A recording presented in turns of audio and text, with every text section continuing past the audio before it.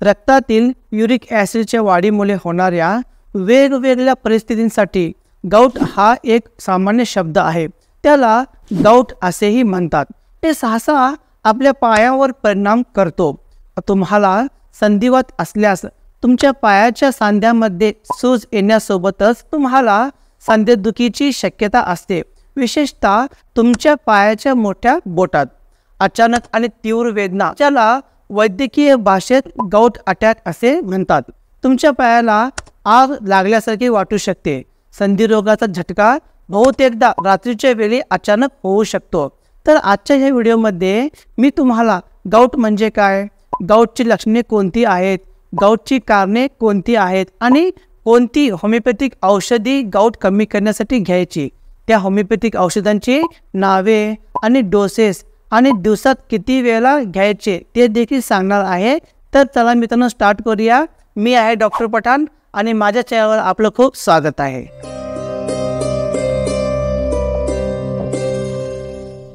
सर्वप्रथम आपण गाऊट म्हणजे काय याबद्दल बोलूया. सांध्यामध्ये अचानक तीव्र वेदना होणे, सांध्यातील लालसरपणा आणि कोमलता आणि बोटांच्या सांध्यामध्ये वेदना ही गाऊटची वैशिष्ट्ये आहेत. संधिरोगाचा झटका अचानक येऊ शकतो, कधीकधी मध्यरात्री. यामुळे तुम्ही जागे व्हाल आणि तुमच्या पायांना आग लागल्यासारखे वाटू शकते. याशिवाय त्याचे परिणाम गरम होणे आणि सांधे सुजणे यांचा समावेश होतो. बेडशीटचे वजनही तुम्हाला असह्य वेदना होते.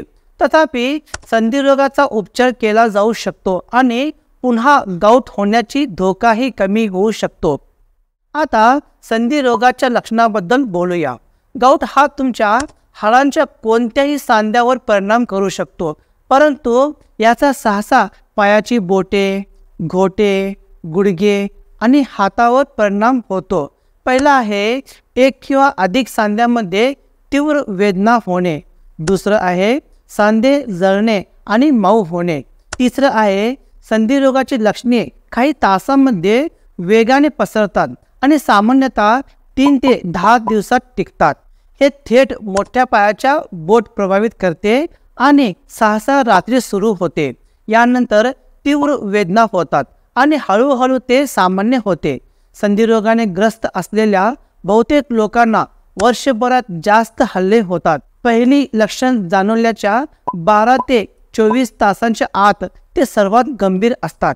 उपचार न केल्यास त्याचे लक्षण कालांतराने वाढतात. जर युरिक ॲसिडचे स्फटिक मूत्रमार्गात जमा झाले तर ते किडनी स्टोन तयार करू शकतात. संधिरोगाची लक्षणे पायाच्या मोठ्या बोटांमध्ये दिसतात, परंतु त्याचा परिणाम पायाचे सांधे, घोटे, गुडघे आणि कोपर, मनगट, बोटे यांसारख्या इतर सांध्यांमध्येही दिसून येतो. आणि अत्यंत क्वचित प्रसंगी संधिरोग शरीराच्या मध्यभागी जसे की पाठीचा कणा, खांद्यावर परिणाम करू शकतो. या समस्येचा सहसा एकाच वेळी शरीराच्या अनेक सांध्यावर परिणाम होत नाही, परंतु काही प्रकरणांमध्ये हे देखील दिसून आले आहे. युरेट क्रिस्टल्स देखील सांध्याच्या बाहेर गोळा करू शकतात आणि त्वचेखाली पांढरे आकार देखील दिसू शकतात. सहसा ते वेदना देत नाहीत, परंतु जेव्हा ते फुटतात तेव्हा एक पांढरा द्रव बाहेर येतो. आता गाऊटच्या होमिओपॅथिक उपचारांबद्दल बोलूया. जेव्हा तुम्ही होमिओपॅथिक डॉक्टरकडे गाऊटच्या उपचारासाठी जाल तेव्हा ते तुमची पूर्ण हिस्ट्री घेतात आणि एकूण लक्षणांनुसार उपाय देखील करतात. परंतु मी तुम्हाला माझ्या अनुभवावरून सांगतो की मी तुम्हाला त्या औषधांबद्दल माहिती सांगेन ज्यांच्या मदतीने मी अनेकांना आराम दिला आहे. पहिली रेमेडी आहे बर्बेरिस पेंटारकन. बर्बेरिस पेंटारकन हे एक होमिओपॅथिक औषध संयोजन आहे. हे औषध किडनी स्टोन आणि संधिवातासाठी खूप प्रभावी औषध आहे. तुम्हाला हे औषध 4 गोळ्या दिवसातून 3 वेळा घ्याव्या लागतात. म्हणजे 4 गोळ्या सकाळी, 4 गोळ्या दुपारी आणि 4 गोळ्या संध्याकाळी जेवण्यापूर्वी अर्धा तास घ्याव्या लागतात. दुसरी रेमेडी आहे ॲसिड बेस 200 पोटॅन्सी.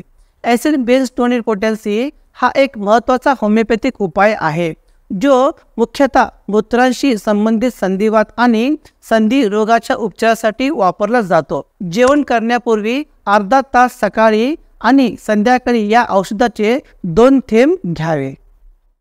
तिसरी रेमेडी आहे Ertiga Uranus mother tincture. Ertiga Uranus mother tincture हे युरिक ॲसिड कमी करण्यासाठी आणि संधिवातसाठी एक अतिशय प्रभावी औषध आहे। तुम्हाला या औषधाचे 20 थेंब अर्धा कप कोमट पाण्यामध्ये मिसळून जेवणापूर्वी 3 वेळा घ्यावे लागतील। तुम्हाला ही तिन्ही औषधे एक एक करून घ्यायची आहेत आणि तेही जेवणाच्या अर्धा तास आधी। तुम्हाला हे औषध घेणे सुरू ठेवावे लागतील जोपर्यंत युरिक ॲसिड सामान्य पातळीवर येत नाही, म्हणजे किमान 6 महिने घ्यावे लागतील। ही सर्व औषधे घेण्यापूर्वी तुम्ही तुमच्या जवळच्या होमिओपॅथिक डॉक्टरांशी सल्ला जरूर घ्या। आशा आहे की तुम्हाला हा व्हिडिओ आवडला असेल। तर भेटूया माझ्या पुढच्या व्हिडिओमध्ये। तोपर्यंत धन्यवाद।